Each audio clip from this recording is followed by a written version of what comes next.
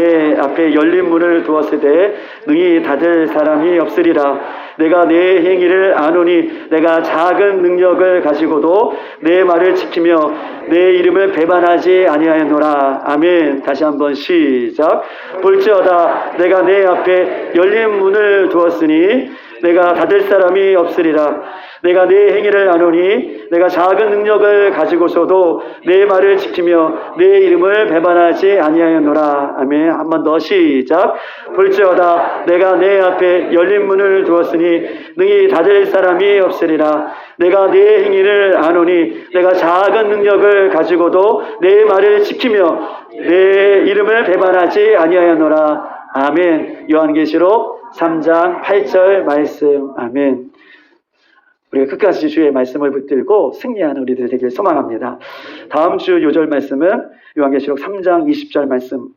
볼지어다 내가 문 밖에서 문을 두드리노니 누구든지 내 음성을 듣고 문을 열면 내가 그에게로 들어가 그와 더불어 먹고 그는 나와 더불어 먹으리라. 이 말씀 우리 모두가 외워서 또 그 말씀으로 승리하는 우리들 되길 소망합니다. 기도하시겠습니다. 만복의 근원 되신 전능하신 하나님, 오늘 사랑하는 주의 성도들이 부활의 예수님을 믿고 하나님 감사함으로 이 시간 하나님께서 구별된 이 날을 주님 앞에 올려드립니다. 한 주간 흩어졌던 믿음의 자녀들이 한자리에 모여 영과 진리로 예배할 때에 이곳에 성령님 임재하여 주시고 주님 가장 기뻐하시는 살아있는 예배, 살아있는 찬송, 살아있는 기도, 살아있는 말씀이 충만케 하여 주시옵소서. 성령님 이 시간 함께하여 주셔서 우리의 제약된 옛 습관을 내려놓고 주님이 기뻐하시는 것이 무엇인지 분별하여 다윗처럼 주님의 합한 마음으로 살게 하여 주시옵소서. 너희는 먹든지 마시든지 무엇이든지 다 하나님의 영광을 위해 하라라고 하신 말씀을 기억하며 사랑하는 성도들이 하나님께서 허락해 주신 모든 것에 감사하여 귀한 예물에 믿음을 담고 눈물도 담고 마음도 담고 헌신도 담고 하나님 우리 중심을 들여 주님 앞에 드립니다. 어떤 이는 주일의 헌금으로, 어떤 이는 12일 주 헌금으로, 어떤 이는 감사 헌금으로, 어떤 이는 선교 헌금으로 여러 가지 목적 헌금으로 주님 앞에 구별하여 드릴 때에 주님 받아주시고 주님 사용해 주시고 주님의 영광이 드러나는 귀하고 복된 인물이 될 수 있도록 주님 인도하여 주시옵소서. 드릴 수 있는 마음을 허락해 주셨으니 이 예물을 믿음으로 담을 때에 주님 믿음의 씨앗이 떨어져 100배, 60배, 30배의 감사로 결실로 하나님 앞에 영광이 되어지며 살아계신 예수님의 이름을 증거하는 예물이 될 수 있도록 주님 인도하여 주시옵소서. 또한 하나님 드리지 못한 손길 외에도 우리 주님 은혜 베풀어 주시어서 동일한 은혜를 허락하여 주시옵소서. 주님 이제는 코로나로 인하여 잠들었던 우리의 영혼이 부활하신 예수님을 인하여 깨어나기를 소망합니다. 가정마다 사업마다 일어나 빛을 발하게 하여 주시옵소서. 우리 다음 세대 아이들이 예수님의 이름으로 일어나게 하여 주시옵소서. 우리 교회가 예수님의 이름으로 구원의 사역을 감당할 수 있도록 인도하여 주시옵소서. 우리 예수님 치료해 주시는 예수님을 믿습니다. 연약한 육체와 연약한 마음을 이 시간 놓고 기도할 때에 예수님의 보혈의 피로, 예수님의 능력으로, 예수님의 권세로, 예수님의 이름으로 마음과 육체를 치료하여 주시옵소서. 염려와 근심과 걱정하는 마음은 예수님의 이름으로 묶음을 놓고 떠나가게 하여 주시옵소서. 그 마음 가운데, 그 생각 가운데 진리이신 예수님 함께하여 주시옵소서. 취업의 문제도, 이사의 문제도, 대학의 문제도, 태의 문제도 열어주셔서 모든 것 위에 뛰어나신 예수님만을 높이며 주님 다시 오실 때까지 주신 믿음을 가지고 승리하는 우리 성도들 될 수 있도록 인도하여 주시옵소서. 이 시간 다 구하지 못한 것들도 우리 머리칼도 세신받으신 우리 하나님께서 이미 다 알고 계시오니 주님의 때에 주님의 선한 방법으로 응답하여 주실 것을 믿고 감사하며 우리 주 예수님의 이름으로 감사하며 기도드리옵나이다. 아멘. 아멘. 오늘 하나님의 말씀 보시겠습니다. 하나님의 말씀은 우리 요한계시록 3장 14절로 22절까지 있는 말씀입니다. 요한계시록 3장 14절로 22절까지 있는 말씀입니다. 제가 가지고 있는 신약성경 402쪽에 있습니다. 요한계시록 3장 14절로 22절, 저와 여러분 한 절씩 교독하시겠습니다. 라오디아 교회의 사제에게 편지하라. 아멘이시요 숭성되고 참된 증인이시요 하나님의 창조의 근원이신 이가 이르시되,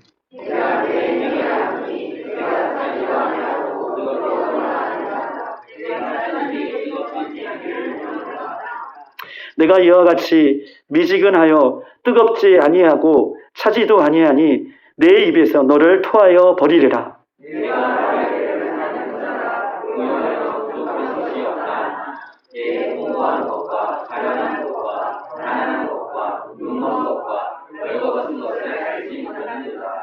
내가 너를 권하노니 내게서 불로 연단하는 금을 사서 부유하게 하고 흰 옷을 사서 입어 벌거벗은 수치를 보이지 않게 하고 안약을 사서 눈에 발라보게 하라.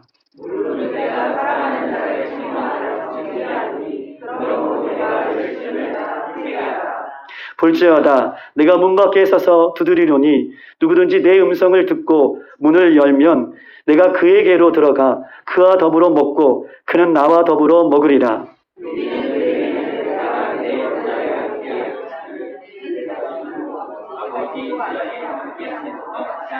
다 같이 귀 있는 자는 성령이 교회들에게 하시는 말씀을 들을지어다. 아멘. 우리 한번 옆에 분하고 인사하겠습니다. 반갑습니다. 축복합니다. 사랑합니다. 앞뒤로도 네, 이렇게 인사하겠습니다.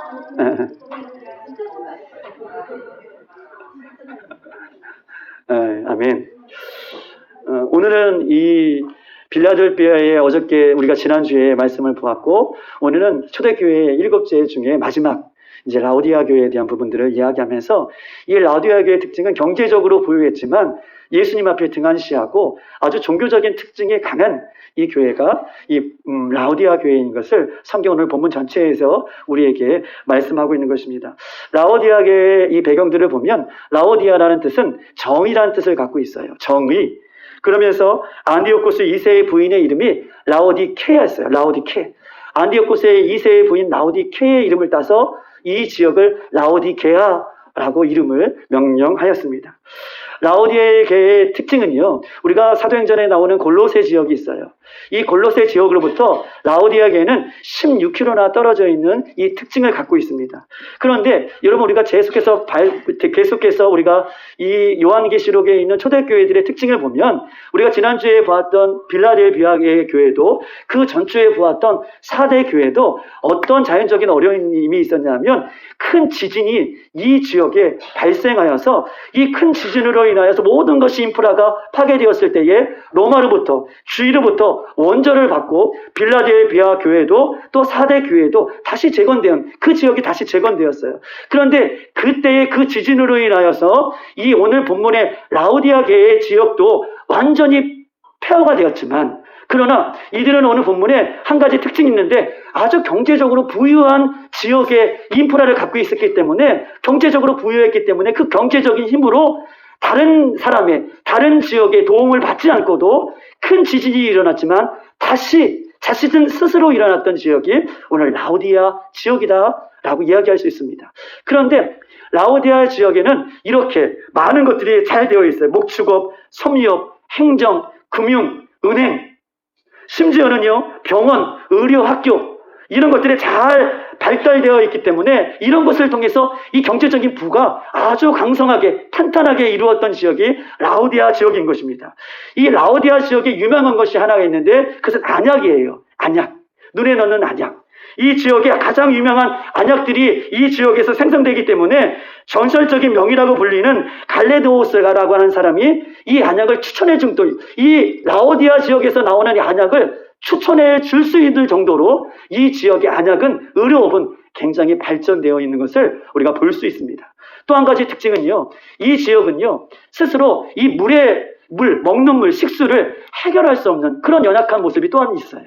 우리가 싱가포르를 가면은 싱가포르에도 물을 그 나라 스스로가 해결할 수 없어서 가까운 말레이시아나 이런 곳에서 물을 끌어와서 그들의 식수를 사용하고 있는 것처럼 유럽이 러시아에서 가스를 어느 정도 빼와서 사와서 이 유럽을 따뜻하게 이렇게 하는 것처럼 이 라오디아 지역에는 스스로 물을 해결할 수 없어서 골로새라는 16km 떨어진 이 골로새는 온천수가 아니라 아주 제주도처럼 아주 시원한 물들이 많이 나오는 지역이 골로새 지역이에요. 그런데 16km나 떨어져 있기 때문에 이 지역에서 수로를 발아서 물을 끌어온다는 것은 굉장히 어려운 일이었습니다. 그 당시에. 그래서 이 골로새 지역보다 더 가까운 도시, 라오디아 지역에서 가장 가까운 도시 히에라볼리라고 하는, 지금은 현 파무칼라라고 하는 곳인데, 그 히에라볼리는 이 라오디아에서 7km 떨어져 있어요. 그런데 이 히에라볼리의 파무칼레는 어떤 물이 나오냐면 온천물이 나와요.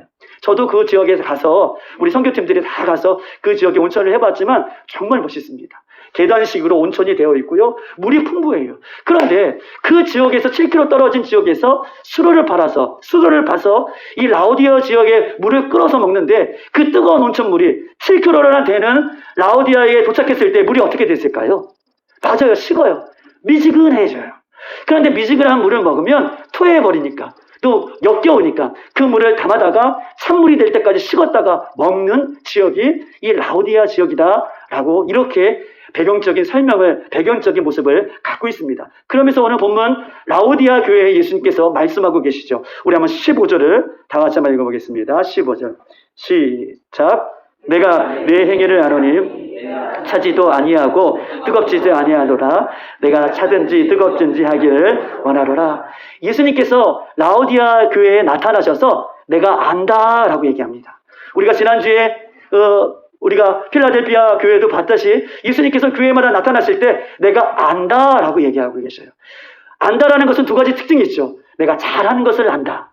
또한 한 가지 특징은 내가 지금 못하고 있는 것을 안다. 예수님은 오늘 라오디아 교회 중에서 안다, 예수님이 안다라고 얘기하시는데, 안다라는 것은 지금 잘 못하고 있는 것을 안다라고 이야기하고 있습니다. 그러면서 뭐라고 얘기하시냐면, 너희들이 미지근하여 차지도 않고 뜨겁지도 않은 것을 안다. 내가 그 미지근한 것을 내 입에서 토해내버리겠다. 즉 미지근하고 토해내버리겠다라고 하는 것은, 미지근하는 그 신앙을 너희들이 버리고 새롭게 변화할 것을 예수님께서 촉구하고 있는 말씀인 것이에요. 그래서 내가 너희들을 안다. 미지근하는 것을 안다. 미지근하는 것을 버리고 예수님의 마음을 시원케 해드리는 그 모습으로 변화될 것을 성경은 오늘 예수님이 안다라고 지금 말씀하고 있는 것입니다. 그러면요, 보세요. 오늘 이 라오디아 지역, 모든 것이 풍부한 이 지역에 왜 이렇게 영적으로 이들이 미지근하여서 내가 토해내버리겠다라고 하는 예수님의 책망을 듣고 있는 원인은 무엇입니까? 우리 한번 17절에 있는 말씀을 보시겠습니다. 17절 시작. 내가 말하기를 나는 부자라 부유하여 부족함이 없다 하나 내 곤고한 것과 가련한 것과 가난한 것과 눈먼 것과 벌거벗은 것을 알지 못하는도다. 아멘. 미지근하여 토해버리겠다. 네가 영적인 상태가 지금 미지근하였구나 라고 하는 이유에 대해서 17절은 이야기하고 있는데, 너가 경제적으로 부유하다는 거예요. 여러분 보세요. 경제적으로 부유한 사람은, 또 경제적뿐만 아니라 무엇인가가 부유한 사람은요, 갈급한 마음으로 예수님을 찾지 않습니다. 그 부족함을 채우기 위해서 무엇인가를 갈급해 찾지 않는다는 거예요. 그런 필요를 느끼지 못하는 것이 부유한 사람의 특징인 것입니다. 그러면서 예수님은 19절에 이렇게 이야기하고 있어요. 다 같이 한번 읽어볼까요? 시작. 무릇 내가 사랑하는 자를 책망하며 징계하노니 그러므로 내가 열심을 내라 회개하라. 아멘. 갈급함이 없고 그렇게 부유한 너희들에게 예수님께서는 말씀하고 계시는데, 열심을 내라. 제발 열심을 좀 내라. 그리고 회개하라 라고 이야기하십니다. 열심을 내고 회개하라.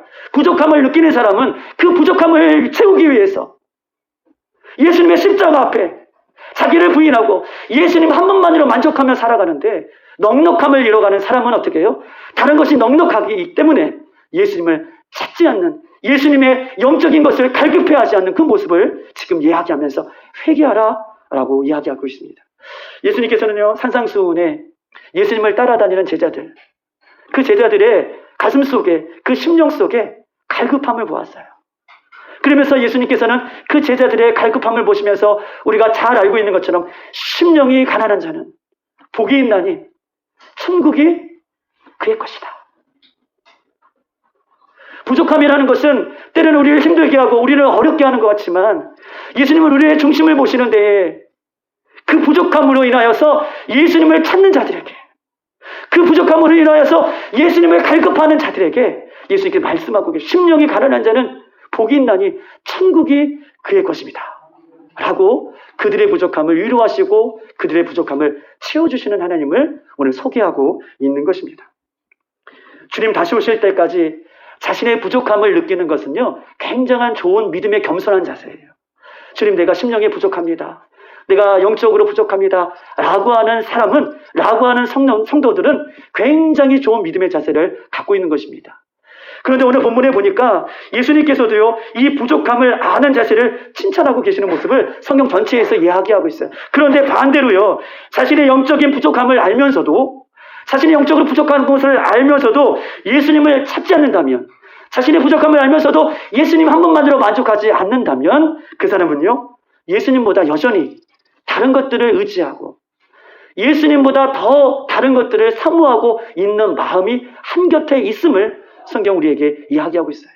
예수님, 저는 부족합니다. 저는 연약합니다라고 고백하지만 예수님 앞에 나오지 않고 예수님을 붙잡지 않고 예수님을 찾지 않는다는 것은 말로는 부족하다고 얘기하지만 여전히 내 마음 중심에는 무엇인가를 의지하고 있는 마음이 있다라고 그렇게 이야기할 수 있습니다.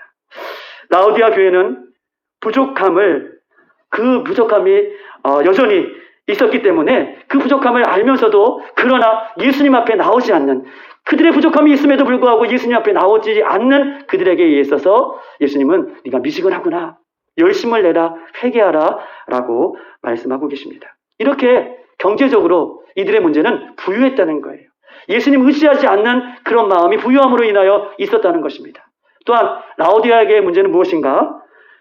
눈으로 보이는 것을 전부로 믿고요. 눈으로 보이는 것을 전부로 믿고 전부로 알고 그 이상의 영적인 것을 사모하지 않는다는 거예요. 두 번째 문제는 라오디아 교회는 눈에 보이는 것을 전부로 알고 전부로 믿고 그 이상의 것들을 사모하지 않는 교회가 라오디 교회다라고 이야기할 수 있습니다. 히브리서 11장에는 믿음장이라고 얘기합니다. 히브리서 11장 3절 이렇게 써 있어요. 믿음으로 모든 세계가 하나님의 말씀으로 지어진 줄을 우리가 아나니 보이는 것은 나타나는 것으로 말미암아 된 것이 아니니라. 믿음으로 모든 세계가, 보세요. 믿음으로 모든 세계가 하나님의 말씀으로 지어진 줄을 우리가 아나니 보이는 것은 나타나는 것으로 말미암아 된 것이 아니니라 라고 얘기하고 있습니다. 이 세계가 창조된 것은요, 보세요. 저 좀 봐주세요. 이 세계가 창조된 것은 우리가 믿음의 눈으로 봤을 때에 하나님의 말씀으로 창조된 것이잖아요. 우리 그것을 믿잖아요.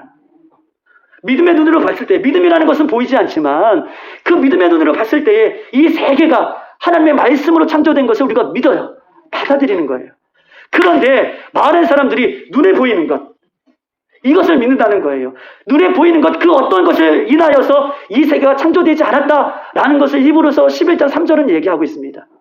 믿음으로 볼 때에 이 믿음으로 바라보는 모든 세계가 하나님 말씀으로 창조되어지는 것이지 눈에 보이는 것으로 이 세계가 창조되지 않았다라고 얘기하면서 결국 이 라오디아 교회가 갈망하고 추구해야 할 것은 눈에 보이는 것이 아니라 눈에 보이지 않는 믿음, 눈에 보이지 않는 구원, 눈에 보이지 않는 천국, 눈에 보이지 않는 소망, 이런 영적인 것들을 사모해야 되는데 지금 당장 눈앞에 있는 보이는 것들만 보고 믿고 있는 것이 문제다 라고 그렇게 지적을 하고 있는 것입니다.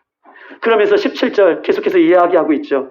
내가 내 말하기를 나는 부자요, 나는 부자라, 부유하여 부족함이 없다 하나 내가 곤고한 것과 가련한 것과 가난한 것과 눈먼 것과 벌거벗은 것을 알지 못하는도다. 여러분 보세요. 눈에 있는 것들만 사모하고 눈에 보이는 것들만 사모하여서 너희는 부자같이 살아갔지만 영적인 것을 사모하고 영적인 믿음, 하나님의 말씀, 예수님을 붙잡지 않는 너희들 실상 예수님 보시기에 야, 너희들이 가난하구나, 너희들이 눈이 멀었구나, 너희들이 벌거벗었구나, 너희들이 실상은 그것들을 알지 못하는, 영적으로 너희들이 가난하는 것을 너희들이 알지 못한다 라고 지적해 주는 말씀이 17절의 말씀이에요. 모든 것을 갖고 있는 것처럼 보이지만 영적인 것들을 사모하지 않는 너희들이 곤고한 것이고 너희들이 가난한 것이고 너희들이 눈먼 것이고 너희들이 벌거벗은 것이다 라고 그렇게 지적을 하고 있는 것입니다. 안타까운 것은요, 눈이 멀었기 때문에 이 라오디아 교회는 예수님께서 주신 의의 옷을 벗어버렸어요. 잊어버렸어요. 여러분, 벌거벗었다는 것은 교회마다 예수님의 보혈로, 예수님의 핏값으로 예수님께서 교회를 세워주셨는데, 이 라오디아 교회는 영적으로 눈이 멀었기 때문에 이 의의 옷, 예수님의 옷이 빼앗겨서 자신들이 벌거벗고 있는 상태를 지금요 알지 못하는구나 라고 그렇게 책망하고 계시는 것입니다. 사랑하는 우리 빌라델피아의 성도 여러분, 우리의 믿음은요 이 땅의 물질이 결코 아닙니다. 우리의 믿음은 이 땅에 있는 눈에 보이는 것이 결코 우리의 믿음의 대상이 될 수 없습니다. 물질이 믿음이 되는 사람은, 이런 보세요. 물질이 믿음이 되는 사람은요, 나는 믿음이 되지 않습니다라고 고백하지만, 물질이 믿음이 되는 사람은 물질이 있으면 편안하고, 물질이 있으면 행복해하지만, 물질이 없으면 불안해하고, 물질이 없으면 짜증을 내고, 물질이 없으면 화를 내는 그런 사람은 이미 물질이 그 사람의 믿음의 대상이 된다는 것이에요. 그러나 오늘 하나님께서 우리에게 말씀하고 계시는 것은 영적인 것에 껴있으라 라고 얘기했던 것처럼 이 세상의 그 어떤 것이 우리에게 믿음의 대상이 되는 것이 아니라 오직 하나님의 말씀, 오직 예수님 그분만이 우리의 믿음의 대상이는 것을, 이것을 영적인 것을 사모하라는 것을 성경은 우리에게 말씀하고 있는 것입니다. 그러면서 오늘 중요한 부분인데요, 오늘 라오디에 교회에 예수님께서 자신을 이렇게 소개하고 있어요. 우리 한번 14절에 있는 말씀 한번 보시겠습니다. 14절 시작. 라오디아 교회 사자에게 편지하라. 아멘이시오, 충성되고 참된 증인이시오, 하나님의 창조의 근본이신 이가 이르시되 아멘. 보세요. 천천히 한번 읽어보겠습니다. 아멘이시오, 충성되고 참된 증인이시오, 하나님의 창조의 근본이신 이가 이르시되. 창조의 근본이신 이가 누구십니까? 예수님을 얘기하고, 예수님 자신을 소개하면서 자신을 어떻게 해요? 창조의 근본이신 이라고 소개하고 있습니다. 여러분, 근본이라는 뜻은 언어적으로 무엇이냐면 시초라고 얘기해요. 근본이라는 것을 원문에 찾아보면 시초라고 얘기하고 있어요. 근원이라는 것은 시초이면서도 원문에 근본이라고 써 있어요. 즉 다시 말해서 성도의 믿음은, 우리의 믿음은 모든 것의 근본이시고 모든 것의 시초이신 살아계신 하나님이시고 예수 그리스도라는 것입니다. 할렐루야. 창조의 근본이신 하나님이라고 말씀하시는 것은 모든 믿음의 우리의 대상의 근본은 시초는 하나님이시고 예수님이라는 것을 이야기하고 싶어서 창조의 근본이신 하나님이라 라고 이야기하고 예수님을 소개하고 있는 것입니다. 예수님을 믿는다고 하면서, 이렇게 창조의 근본이신 예수님을 믿는다고 하면서도 우리의 믿음의 기초와 믿음의 근원이 어떤 사람에게는 물질에 있는 사람이 있고, 어떤 사람에는 성공에 있는 사람에게 있고, 어떤 사람은 자녀와 대학과 명예와 권세와 결혼해 두는 사람이 여전히 있음을 성경은 이야기하면서, 그런 사람은 죄송하지만 자신의 믿음을 빨리 점검하라고 얘기하고 계십니다. 예수님을 믿는다고 얘기하지만 여전히 눈에 보이는 물질, 성공, 자녀, 대학, 가정, 명예, 권세, 결혼, 이런 것들에 여전히 내 마음을 빼앗기고 있다면 우리의 믿음을 점검해봐라 라고 얘기하면서 예수님께서 재촉하고 계시는 것이 있어요. 우리 한번 18절에 왜 이렇게 재촉하시나 보십시다. 18절 다 같이 한번 읽어보겠습니다. 시작. 내가 너를 권하노니 내게서 불로 연단하는 금을 사서 부유하게 하고 흰옷을 사서 입어 벌거벗은 수치를 보이지 않게 하고 안약을 사서 눈에 발라 보게 하라. 아멘. 예수님께서 사라라고 계속해서 말씀하고 계시는데, 무엇을 사라고 하냐면 불로 연단하는 금을 사고 흰 옷을 사고 그 다음에 안약을 사라라고 계속해서 이 영적으로 깨어있지 않는 교회들에게 재촉하며 살 것을 이야기하고 있는 것입니다. 오늘 이 사라라고 하는 표현은 우리 서영란 집사님께서 오늘 기도해 주셨던 것처럼 이런 뜻이 있어요. 예수 그리스도께서 우리를 위해서 핏값으로 우리를 사신 것에 그 샀다라는 뜻이에요. 사라는 것은요, 예수님께서 십자가로 우리를 대속해서 죽으심으로 우리를 사셨던 것처럼 그 삶을 사시는 것을 얘기해요. 즉 다시 말해서 사는 것은 내 주머니 넉넉하기 때문에 내 주머니에 얼마를 띄어서 사는 것이 아니라 나의 전부를 드려, 가장 값진 것을 드려, 즉 다시 말해서 값지불을 하라는 것이에요. 가장 귀한 값지불을 해서 사라는 것을 이야기하고 있는 것입니다. 라오디게 교회 성도들에게 사라는 것은요, 예수님께서 가장 값지불을 통해서 십자가에서 우리를 사셨던 것처럼 라오디게 교회가 이제 예수님 앞에 선반 대금자잖아요. 그러면 예수님의 소유로, 우리가 예수님의 십자가로, 거룩한 예수님의 피로 우리가 예수님의 소유가 되었잖아요. 그러면 사신바 되었잖아요. 그러면 예수님의 소유로 이렇게 살아가야 되는데 그렇게 살지 못하는 것을 오늘 본문 18절에 빗대어서 빨리 살아, 빨리 회복해라, 이것을 이야기하고 있는 것입니다. 그러면 어떻게 하는 것이 빨리 사는 것이고 어떻게 하는 것이 불로 연단하는 금을 살 수 있는 것인가, 에 대해서 한 가지만 이야기하고 마치도록 하겠습니다. 여러분, 불로 연단하는 금은요, 우리가 정금 같은 믿음을 얘기할 때 믿음을 얘기해요. 불로 연단하는 금을 사라 라고 하는 것은 순금처럼 나오는 믿음, 그 믿음에 대해서 이야기하는데, 그 믿음은 하나님의 말씀에 순종하는 믿음을 오늘 본문은 이야기하면서 빨리 그것을 회복해라, 빨리 그 믿음을 사라 라고 요구하고 계시는 것입니다. 본문을 생각하면서 그러면 어떤 것이 빨리 그 믿음을 사는 것인가, 불로 연단하는 그런 믿음을 사는 것인가, 우리 구약의 말씀을 한번 찾아봤는데, 세겜에서 이 야곱이 이제 삶을 살 때에 하나님께서는 야곱에게, 보세요, 쭉 스토리를 제가 얘기해 드리겠습니다. 야곱에게 나타나셔서 세 가지의 요구를 말씀하시고 약속을 하셔요. 야곱과 함께. 뭐냐면, 야 야곱아, 베들로 올라가라. 그리고 베델에서 살아라. 그리고 베델에서 무엇을 지어라? 맞아요, 제단을 지어라. 베델로 올라가고 베델에서 살고 베델에서 제단을 지어라 라고 하나님께서는 그 야곱에게 약속을 해주십니다. 얼마나 귀해요. 꿈에도 그리는 그 하나님, 우리에게 나타나셔서 우리에게 약속을 주신다면 얼마나 귀하겠습니다. 그런데 야곱에게는요, 11명의 베냐민이, 막내 동생, 막내 아들이 낳기 전에 11명의 아들이 있었어요. 그리고 그 딸이 하나가 있었는데 디나가 있었습니다. 그런데 이 디나가 세겜 사람들에게 아주 몹쓸 짓을 당합니다. 그리고 세겜 사람들이 이 디나랑 결혼하겠다고 그렇게 요구할 때에 시므온과 르이는 그 사실을, 디나가 어려움을 당했던 사실을 알고 그 세겜 사람들에게 뭘 할 것을 요구하죠? 맞아요, 할례를 다 행하면 내가 디나를 너희들에게 결혼하겠다, 결혼을 주겠다라고 얘기해요. 그래서 그 얘기에 맞춰서 세계 모든 사람들이 다 할례를 받고 움직이지 없을 때에 그들이 쳐들어가서 그들을 다 죽여버리고 자식들과 아내들과 그 획득한 노량물들을 다 어떻게 획득해서 돌아옵니다. 그 이야기를 들은 야곱은요, 두려워 떨었어요. 왜냐하면 세겜 주위에 있는 많은 사람들이 세겜 사람들의 그 복수하겠다라고 달려들면 우리는 꼼짝없이 당할 수밖에 없으니 두려워 떨고 있을 그때에도 예수님께서는 그에게 나타나셔서 말씀해 주시고 약속해 주시고 그를 붙들어 주십니다. 그 후에 시간이 많이 지났어요. 그리고 야곱은 또 어떤 사건을 만나냐 하면, 우리 그 삼촌 라반의 집에서 아주 아내를 2명이나 얻고 많은 부유를 얻고 다시 이제 고향 땅 집으로 돌아오는 그 과정 속에 있는데, 여러분 보세요. 삼촌 라반이 도망간다는 느낌을 가졌던 것 같아요. 그래서 야반 도주한 이 야곱을 쫓아가는데 하나님께서 꿈에 그 삼촌에게 나타나셔서 야곱과의 관계를 회복시켜 주십니다. 그리고 고향 땅에는 야곱이 돌아온다는 이야기를 듣고 에이서가 400명의 군사를 데리고 지금 동원하고 있다는 이야기를 들어요. 그래서 야곱이 야곱강 나루에서 주의 천사와 함께 씨름할 때에 그 하나님이 저주심으로 야곱의 이름을 이스라엘 이름으로 인생을 바꿔주십니다. 그리고 에이서의 관계도 완전히 회복시켜 주시죠. 해피엔딩으로 그의 인생이 끝난 것이어요. 하나님의 응답을 이뤘고 하나님께서 그에게 모든 것들을 들어주시면서 고향 땅에 왔어요. 그러면 여러분 보세요.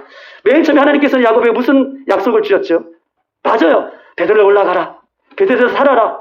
베델에서 제사를 성전이 아니라 제단을 지어라 라고 말씀해 주셨던 그 말씀을 이룰 차례가 된 것입니다. 그런데 야곱은 다시 고향 땅에 왔음에도 불구하고 베델로 올라가지 않았어요. 아버지의 집을 찾아가지도 않습니다.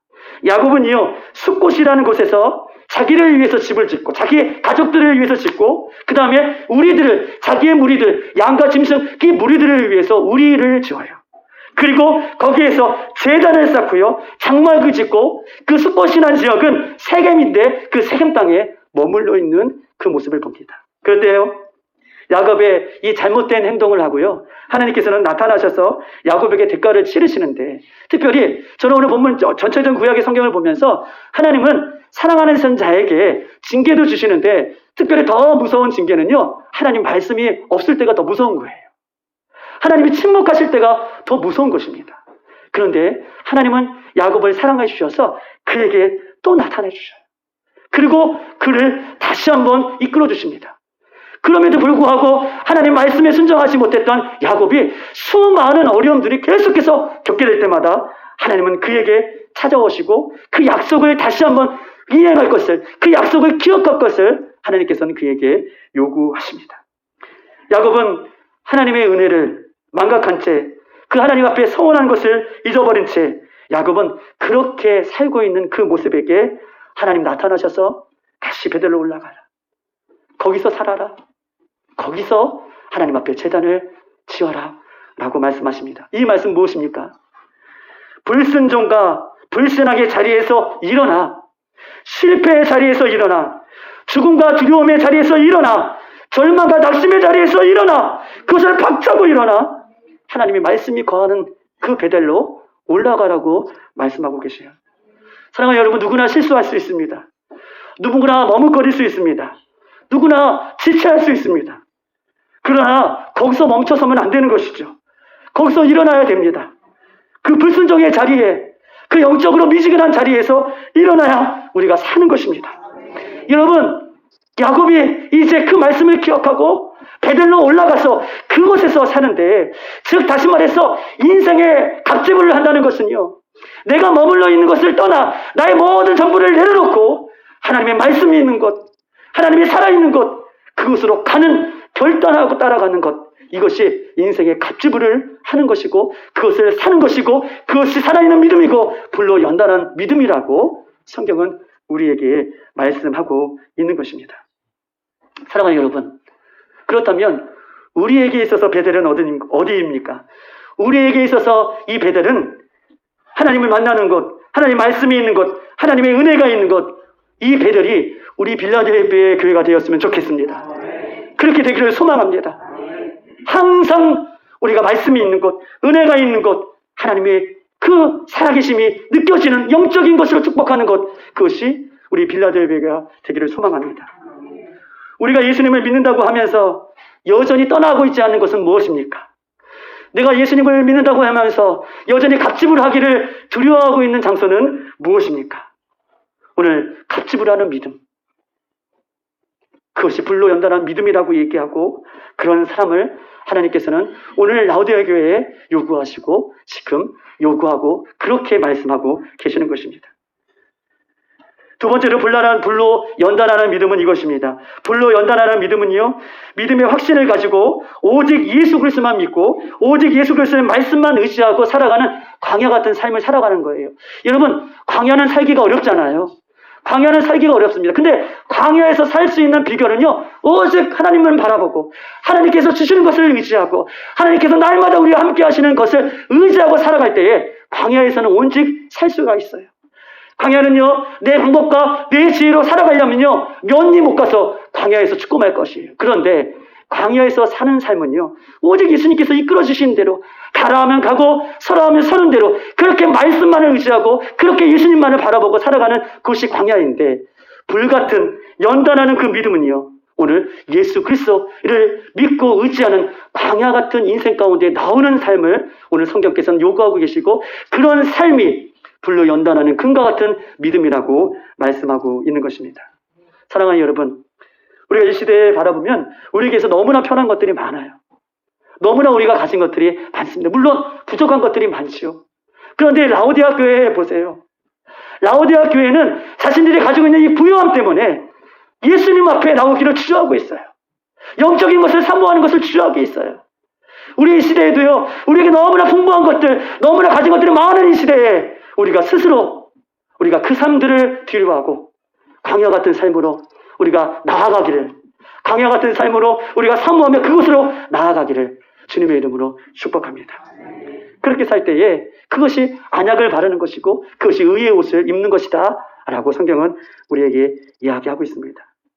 죄송하지만요, 오늘날 자기를 사랑하고 돈을 사랑하고 쾌락을 사랑하고 세상 풍조를 따라가는 종교인들이 점점점 많아지고 있는 것입니다. 저도 그렇고 우리 자신 한번 생각해 보자고요. 자기를 사랑하고 돈을 사랑하고 쾌락을 사랑하면서 세상 풍조를 따라가면서 종교 생활을 하는 사람들이 점점 많아진다. 세상 속에서 우상의 제물을 먹고 또 죄에 가담하고 거룩한 예수님의 모습을 잃어버린 채 주일이 되면 교회에 와서 교양과 문화를 즐기면서 믿음 생활이 아니라 교회 생활을 하고 종교 생활을 하면서 그렇게 미지근한 모습으로 살아가는 시대가 오늘날 많은 수많은 그런 모습인 것을 성경은 이야기하고 있는 것입니다.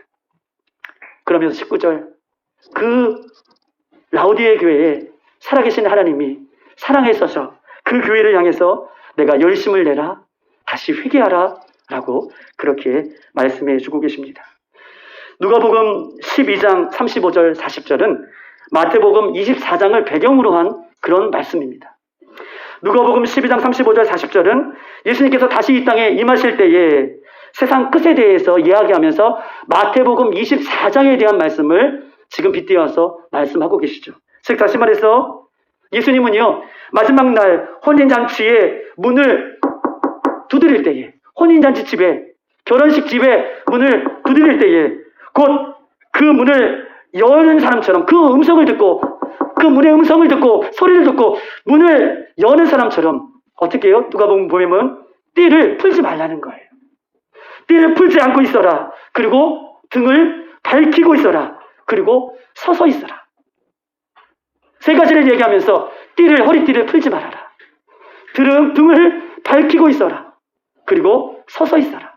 그리고 문을 두드릴 때에 깨어서 그 문을 여는 자만이 신랑 되신 예수님을 맞이하는 것이고 깨어있는 사람이고 그것이 항상 주님을 영적으로 사모하는 자의 자세인 것을 이야기하고 있습니다. 그러면서 오늘 본문 20절에 있는 말씀만 다 같이 한번 읽어볼까요? 20절 다 같이 시작. 볼지어다 네가 문 밖에 서서 두드리노니 누구든지 내 음성을 듣고 문을 열면 내가 그에게로 들어가 그와 더불어 먹고 그는 나와 더불어 먹으리라. 아멘.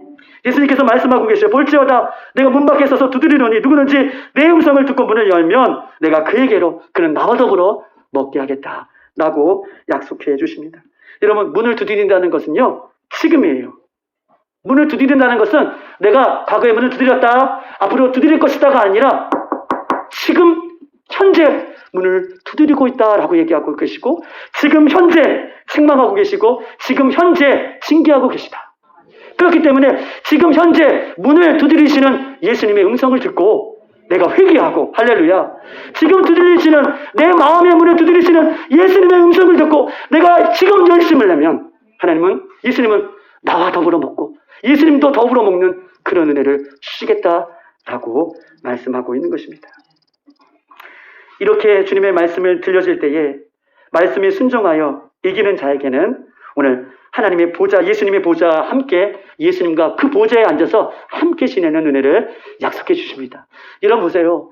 우리가요, 천국에 들어가는 것도 너무나 귀한 은혜인데 이렇게 이 말씀을 듣고요, 귀뚱으로 듣는 것이 아니에요. 이 말씀을 듣고 이기는 자, 그렇게 열심을 다시 내고 그렇게 회개하는 자에게는요, 예수님께서 약속하시는 데에 저 천국에서 예수님과 함께 이렇게 나란히 의자에 앉아서 그렇게 영광에 참여하는 그런 은혜를 주시겠다라고 약속해 주십니다. 요한계시록은요, 예수 그리스도를 믿는 사람들을 이렇게 세 가지로 표현합니다.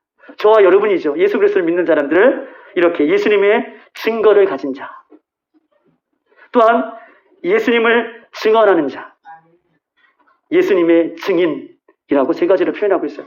예수 그리스도를 믿는 우리들을 예수님의 증거를 가진 자, 예수님을 증언하는 자, 예수님의 증인이라고 얘기하고 있어요. 여러분 우리가 어떻게 나 같은 죄인이 예수님을 증거할 수 있고 예수님의 증언을 가질 수 있고 예수님의 증인이 될 수 있겠습니까?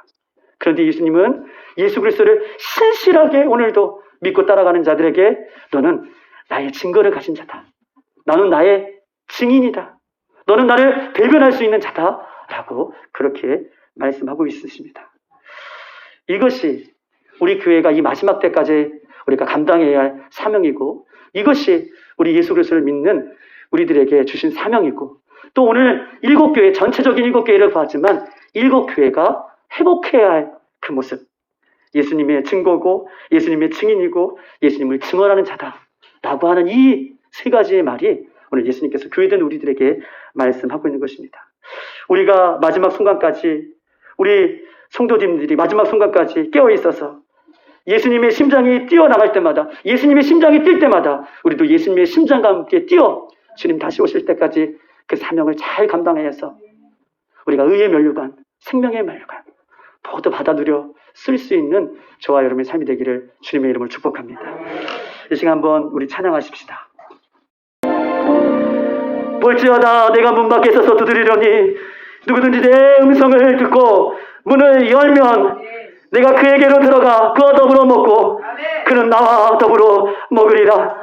주님, 이제는 뜨겁지도 않고 차지도 않는 나의 미지근한 신앙을 주님께서 토해내시기 전에 주님 회개하고 주님 앞에 영적인 부유함으로 더욱더 갈망하는 마음으로 살아갈 수 있도록 주님 인도하여 주시옵소서.